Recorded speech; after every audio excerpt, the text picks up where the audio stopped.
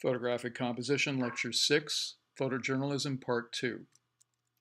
Photojournalists are not only engaged in recording the events of wars, but also the people.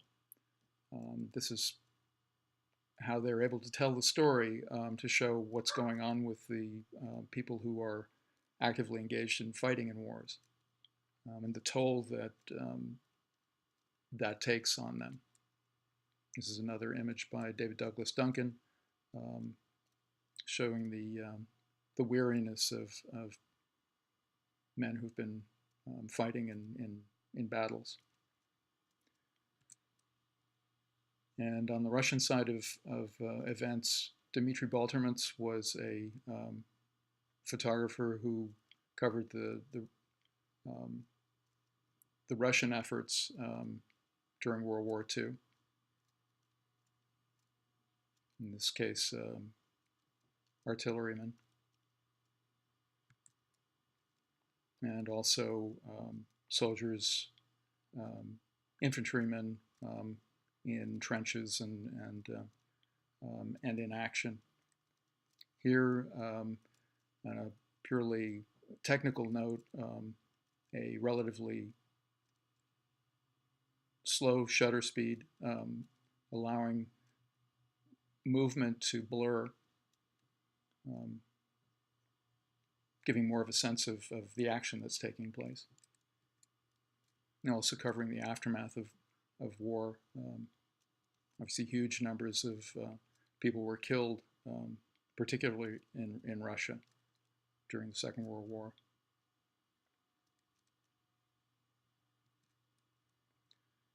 And back in the United States, the death of FDR in 1945, before the end of the Second World War, was an extremely emotional one for the American people in general. And by choosing to concentrate on this accordion-playing gentleman, Ed Clark was able to sum up what the country was going through at the time. Cartier-Bresson was, aside from his documentation primarily of his fellow Frenchmen, also covered events that were going on during the Second World War.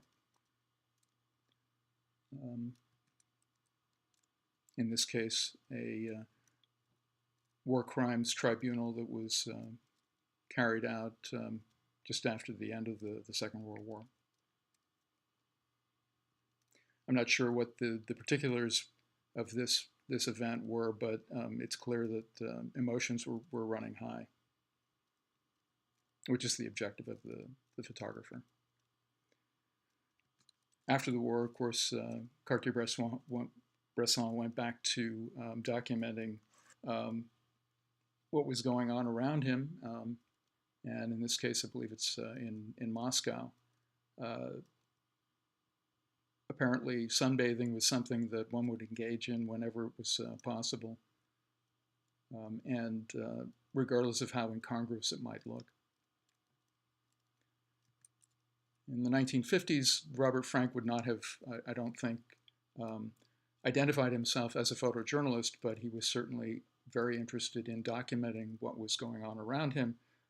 He was largely vilified for what he was doing, and not only among the general public, but also among his fellow photographers and critics at the time, who felt not only was his subject matter out of place, but that technically he had no idea what he was doing, when in fact this work is now considered revolutionary. It changed how photographs, documentary photographs, have been made since. And he made these photographs for a book that would become The Americans, and he worked on using the money from 2 Guggenheim grants, and toured the country just looking for whatever interested him. And some of what he saw had to do with segregation and the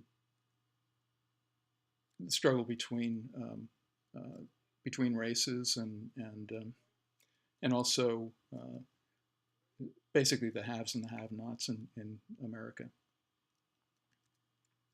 Abraham Zapruder was not a journalist, photojournalist, movie maker. He was a hobbyist with a camera who happened to be in what one might call the right place at the right time, although obviously horrible events were unfolding.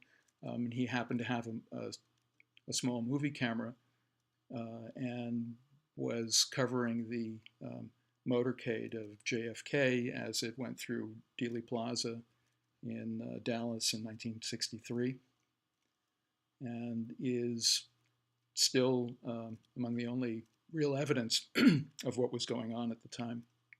It's still being hotly debated among some people as to what actually did happen. And this was a photograph taken on Air Force One as LBJ, excuse me, was being sworn in with Jacqueline Kennedy next to him and his wife, Lady Bird Johnson, on the other side looking on. This is a photograph taken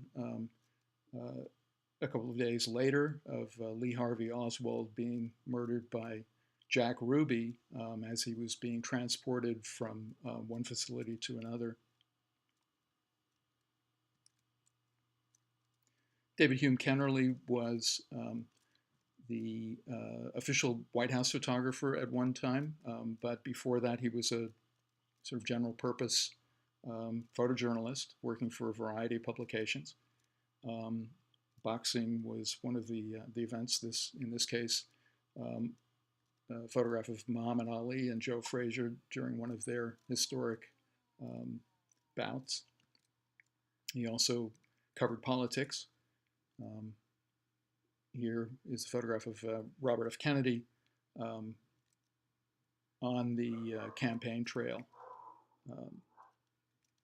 before the 1968 election.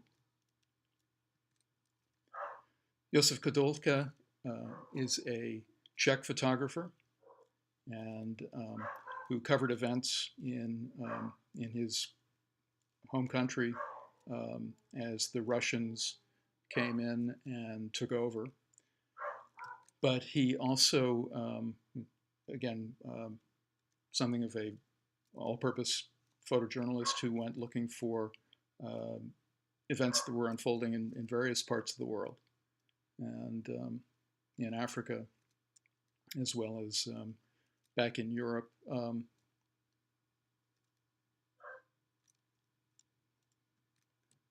And we've mentioned Larry Boroughs. He was a British photographer who, as I mentioned before, covered the Vietnam War. And some of the most direct and powerful images are ones that he made during that conflict.